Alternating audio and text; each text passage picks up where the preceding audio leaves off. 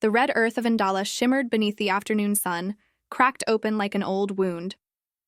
The air was thick with dust, and the wind carried the smell of dry grass and sorrow.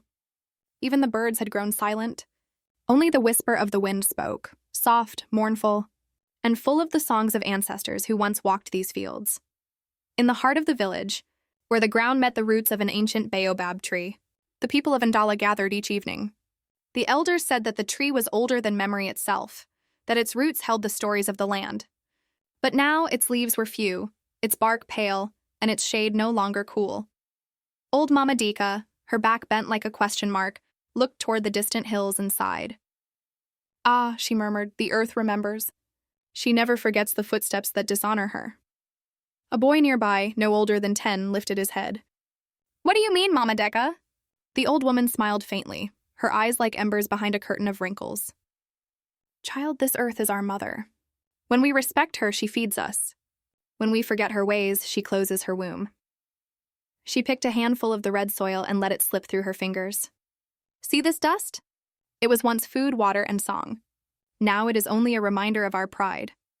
Across the field, men returned from their withered farms, their faces hardened, their hands empty. Their tools hung over their shoulders like broken hopes. The women watched them in silence, each one carrying a jug of water fetched from miles away. The sun had turned their skin to bronze, but their spirits refused to crack. A voice rose from among them, deep, tired, but filled with quiet defiance. It was Chief Juma, the oldest man in Indala. "The ancestors test us," he said, standing before the baobab. "They watch to see if we still remember who we are." A murmur swept through the villagers. Some nodded in faith. Others turned away, their hearts heavy with doubt. From the corner of the gathering, a young girl named Amina held her mother's hand. Her eyes, bright as morning stars, reflected both wonder and worry. "Mama," she whispered, "why does the sky hide the rain?" Her mother, Mama Halima, a woman of soft strength, smiled through her weariness. "Because, my child, the sky listens to our hearts. When we stop caring for one another, the rain hides in fear." Amina's brow furrowed. "Then we must make it brave again." Her mother's laugh was gentle, like the sound of wind through reeds. "Yes, little one. Kindness is the song that calls the clouds." The villagers began to drift back to their huts as the sun melted into a blood-red horizon. Smoke from cooking fires curled into the air, thin and weary. The smell of roasted maize and earth mixed together, a poor man's perfume. But even in the quiet of night, Indala did not rest. The wind sang a mournful tune, brushing against the roofs of mud and thatch. It carried whispers of things forgotten, of rituals left undone, of hearts turned proud. That night, Mama Halima sat by the fire, her hands trembling slightly as she stirred the pot. Amina sat beside her, tracing patterns in the dirt. "Mama," she asked softly, "do you think the earth is angry with us?" Mama Halima stared into the flames for a long time before answering. "No, my child. The earth does not get angry," she warns. "She waits. And when her patience runs out, she teaches." Amina nodded solemnly. "Then we must learn before she teaches too hard." Her mother smiled faintly, her eyes glistening in the firelight, spoken like one who listens to the wind. Far beyond their hut, the baobab tree groaned softly as the night deepened. Some said it was the sound of wood stretching. Others believed it was the spirit of the land, weeping. The stars shone dimly over Indala, faint, tired lights over a land that had forgotten its own song. Yet in one small hut beside one flickering fire, hope still breathed. The sun hung high above Indala, heavy and merciless, like a burning eye watching the land's suffering. The golden fields that once swayed with millet now lay flat and lifeless, their color faded to the pale brown of forgotten harvests. Each gust of wind carried dust, and that dust settled on everything. On the faces of men, on the cracked lips of women, even on the laughter of children. Along the narrow paths between the huts, the farmers of Indala moved slowly, their bodies bent and weary. They carried their hoes over their shoulders like burdens they had known since birth. Sweat rolled down their backs, mixing with dust until their skin glistened like the earth itself. "Koba," called one man, wiping his brow. "If the sky keeps its mouth closed much longer, our fields will become graves for our seeds." The man he spoke to, Koba, straightened up and squinted toward the horizon. "Do not speak such words, Lutu," he said, his voice low but firm. The ancestors are listening. The earth may be tired, but she still breathes. We must not lose faith, Lutu grunted. Faith does not fill a hungry stomach. Koba looked at him with tired eyes. No, he said softly, but it keeps the heart alive until food returns. The two men stood in silence for a moment, watching the red dust swirl in the distance. A young boy ran past them, chasing a small wheel made from old wire. He was barefoot, his feet the color of the soil. When he stumbled, he laughed, a sound so pure that it cut through the heaviness of the day like a song. Even in hardship, the people of Ndala refused to be broken. The drought had stolen their rain, but not their pride. Farther down the path, a group of women walked toward the well, balancing large clay pots on their heads. Their hips swayed in rhythm, their feet leaving small prints in the dust. Though the journey was long and the sun unforgiving, they sang as they walked, a song of strength and memory. Eh, mama, they chanted softly. The earth is dry, but our hearts still bloom. One of the women, her name was Wanja, glanced at the others and smiled. We sing, she said, so the ancestors will remember that their daughters are still standing. Beside her, a younger woman stumbled, the weight of her pot nearly pulling her down. Wanja reached out and steadied her. Hold your head high, child, she said gently. When your spirit bends, your shadow grows long. As they neared the well, a dry wind swept through the open plain, swirling dust into their eyes. The youngest of them, coughing, asked, Wanja, when will the rain come? Wanja gazed at the sky, wide and cloudless, a cruel blue. The rain will come when the earth forgives us, she said quietly. At the edge of the village, a group of children played, their laughter echoing across the barren fields. They used sticks as spears and stones as treasure, their imaginations richer than any gold. They were thin, their clothes torn, yet their joy was unshaken. An old man sitting under a dying tree watched them and smiled. Ah, he said to no one in particular, our children have not learned fear. That is why hope still lives in Ndala. A dog barked nearby, chasing after the children as they ran. One girl, barefoot and bright-eyed, stopped and lifted a handful of dust into the air. Look, she shouted, the wind dances with me! Her laughter carried across the plain, and even the old man laughed softly. In Ndala, he murmured, hunger speaks softly, but dignity shouts louder. As evening approached, the farmers returned to their homes. Smoke rose from cooking fires, thin and slow, curling toward the sky that still refused to weep. Women pounded grain, children fetched firewood, and old songs drifted through the warm air. Songs that spoke of patience, of strength, of faith in tomorrow. When darkness began to fall, Chief Juma walked through the village with his staff in hand. His shadow stretched long behind him. He stopped near the baobab tree and called out, People of Ndala, remember this. The earth gives to those who respect her. When our hearts become one again, so will the clouds. The villagers listened in silence. Some nodded. Some looked away. But deep inside, they all knew. The drought was more than hunger. It was a lesson. And so the night came softly over Ndala. The stars blinked above, weary but faithful, as if watching to see whether the people below would break or rise again. Under the shadow of the great baobab, where its roots dug deep like the wisdom of the old, the people of Ndala gathered as the sun melted into the horizon. The red earth glowed beneath their feet, and the air smelled of dust and faint hope. Children sat close, their eyes wide and hungry, not for food, but for the stories that fed their spirits.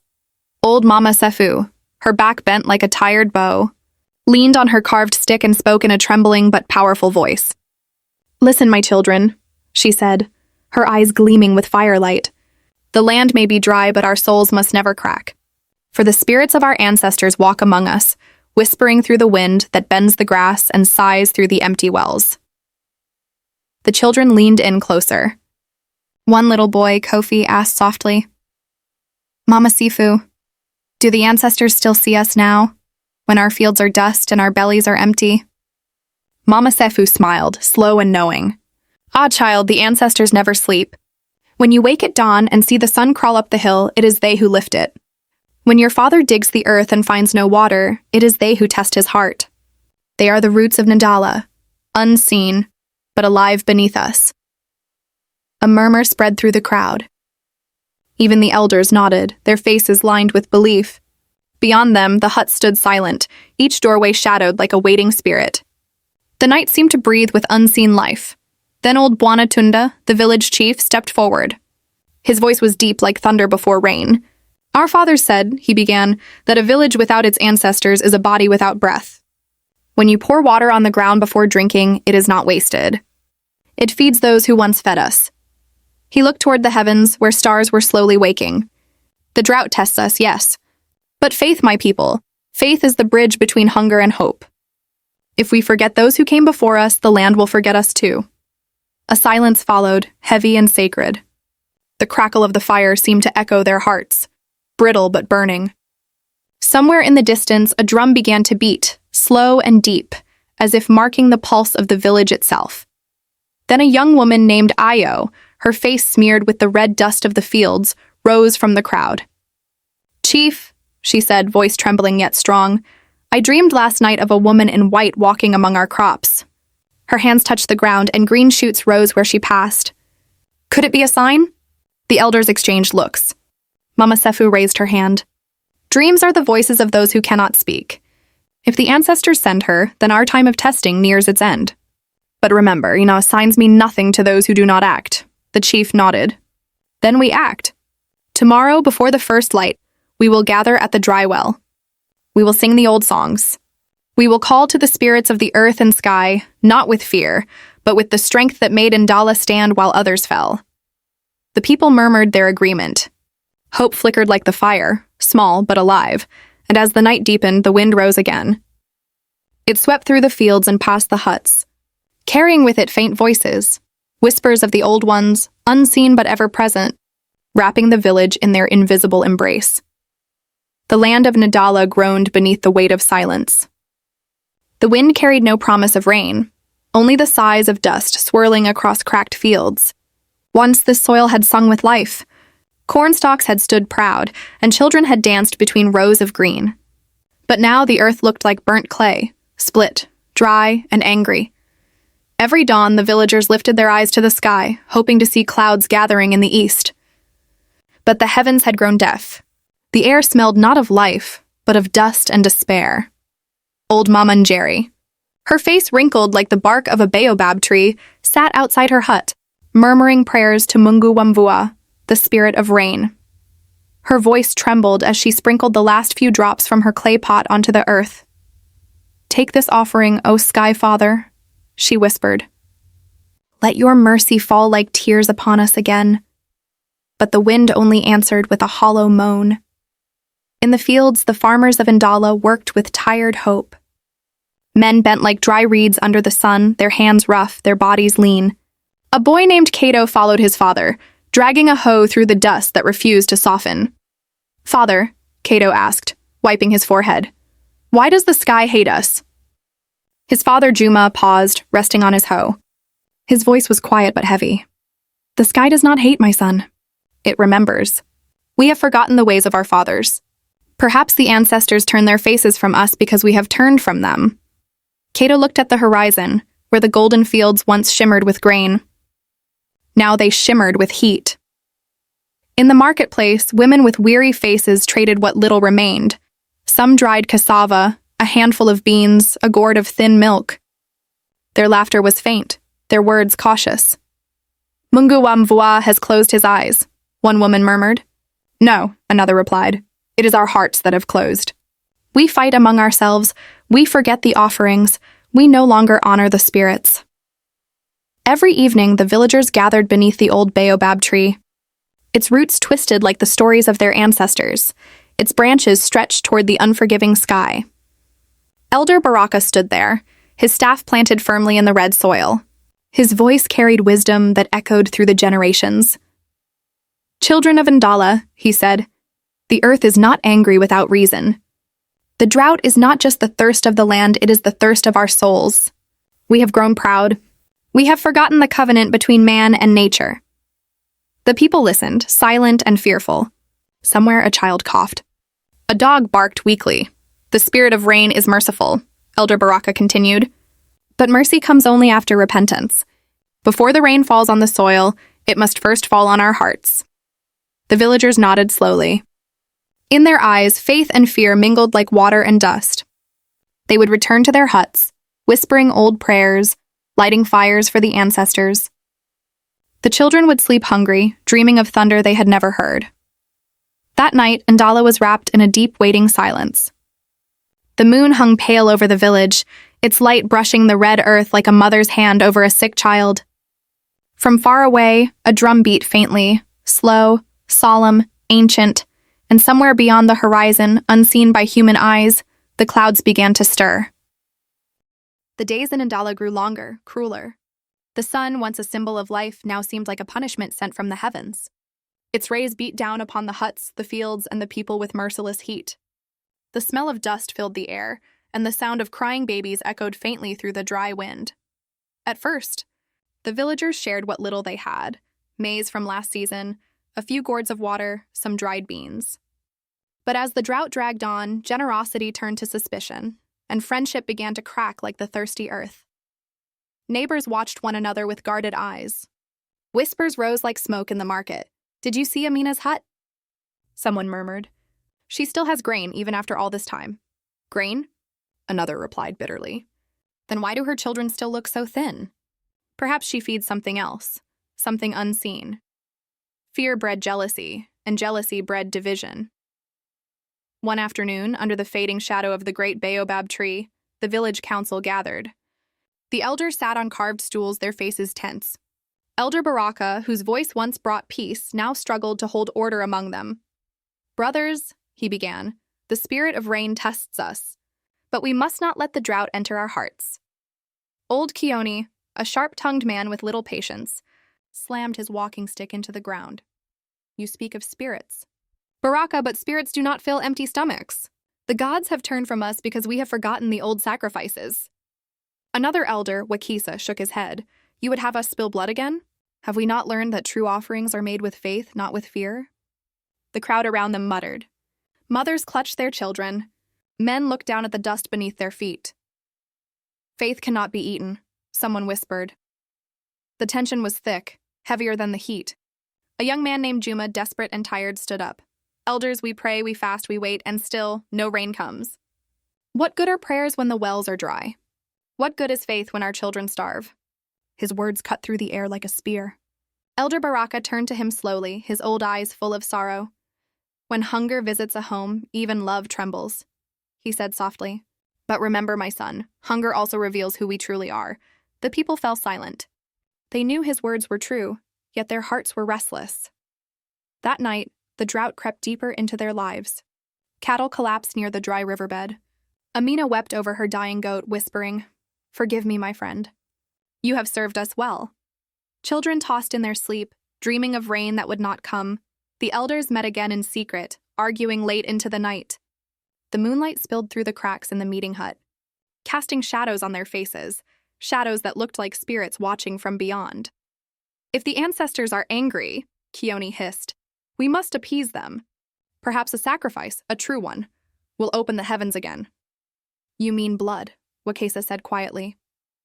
"Yes," Keone answered. "The earth must drink before it gives back."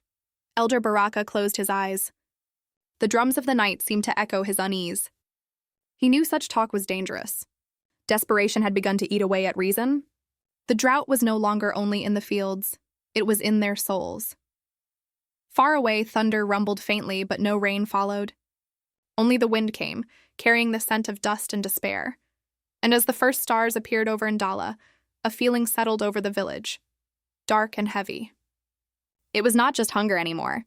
It was fear. Fear that the drought was not merely a trial from the heavens, but the beginning of something far worse. The wind of Ndala blew like a tired spirit that no longer had songs to sing. The golden fields had turned brown, cracked like the palms of an old farmer. Dust hung in the air like a curse, and every step on the red earth sent up a small cloud of despair. Inside a small mud brick hut near the edge of the village, a girl named Amina sat beside her mother's mat. The walls of the hut were cool and dim, holding the scent of smoke and dry herbs. Amina dipped a cloth in a bowl of warm water and pressed it gently against Mama Halima's forehead. The woman's breathing was shallow, her lips dry, her eyes lost between fever and dream. "Rest, Mama," Amina whispered. "The healer said the herbs will work when the moon is full." Mama Halima smiled weakly. The healer says many things, my child, but the moon cannot heal a heart that has carried too much hunger. Amina's eyes filled, but she blinked away the tears. Then I will pray harder. The rain will hear me this time. Mama Halima chuckled faintly, though the sound was brittle. Ah, Amina, the rain does not come for prayers alone. It comes when hearts stop fighting with the sky. Outside, a goat bleated weakly. Even the animals seemed to speak of suffering. Through the small window hole, Amina could see the horizon trembling under heat. No green, no shade, only the endless shimmer of thirst. At night, when darkness fell over Ndala, the world grew quiet. Too quiet. The villagers had stopped singing long ago, but Amina still whispered stories to her mother. It was their ritual, their shield against despair. Once, Amina began, her voice soft like wind through dry grass.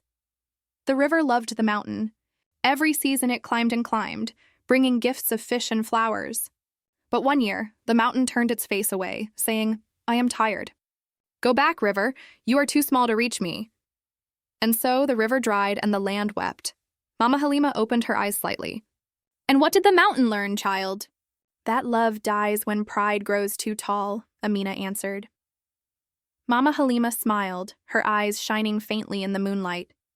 You have the wisdom of your grandmother. She used to say, when the heart stays kind, even drought cannot burn it. The girl leaned close, resting her head beside her mother. The soft rhythm of their breaths mixed with the distant cry of an owl, a lonely sound that carried across the empty fields. Hours passed, and the fire burned low.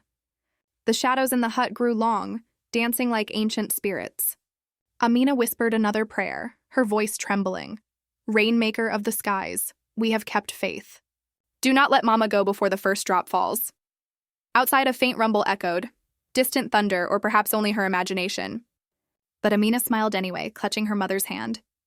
Even as drought ruled the land, inside that small hut love still lived, fragile yet fierce, like a candle refusing to die in the storm. The sun had begun to sink, painting the sky above Ndala with streaks of copper and gold. The heat of the day still clung to the red earth, and even the wind moved like a tired traveler.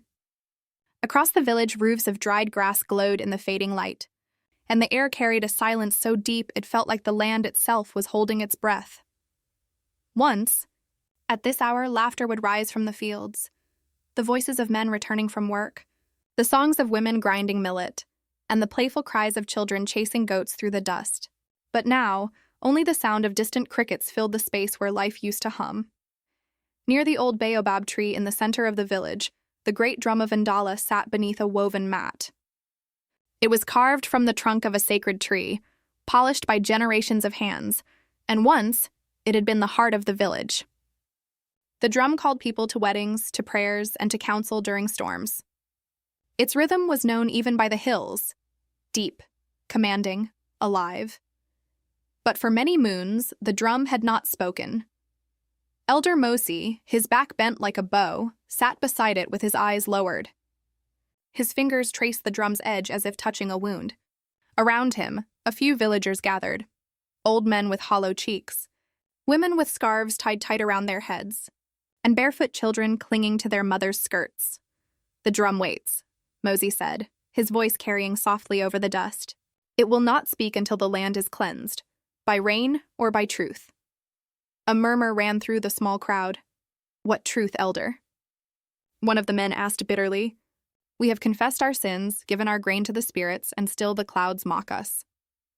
Mosi lifted his eyes, which gleamed with sorrow and something deeper, fear. It is not the sky we must blame, he said slowly. It is the hearts of men. The drought outside only mirrors the drought within. A woman gasped quietly, her gaze falling to the ground. Everyone knew what the elder meant. The jealousy among neighbors, the hoarding of food, the whispered curses between families. Hunger had stripped Ndala not only of rain but of mercy. Behind the crowd, Amina stood silently, her small hands clasped before her. The dying sun caught the edge of her face, lighting her eyes with a soft, determined glow. Her mother, Mama Halima, slept weakly at home, her life fading like the last embers of a fire. And as Amina listened to the elder's words, a thought stirred within her. A wild, desperate thought that perhaps she must go beyond Ndala. To the city. to seek help before her mother's light went out. But still, she said nothing. She only listened to the silence, to the whispering wind, to the heavy stillness that had swallowed her village whole. As the last sliver of sun disappeared behind the hills, Elder Mosi spoke again, almost to himself. "Even silence in Ndala carries a story," he said, his voice trembling like an old song. "A story waiting to be heard." And in that silence, the people of Ndala bowed their heads, not to pray, not to speak, but to listen. For sometimes the silence of a land tells more truth than 1,000 voices ever could.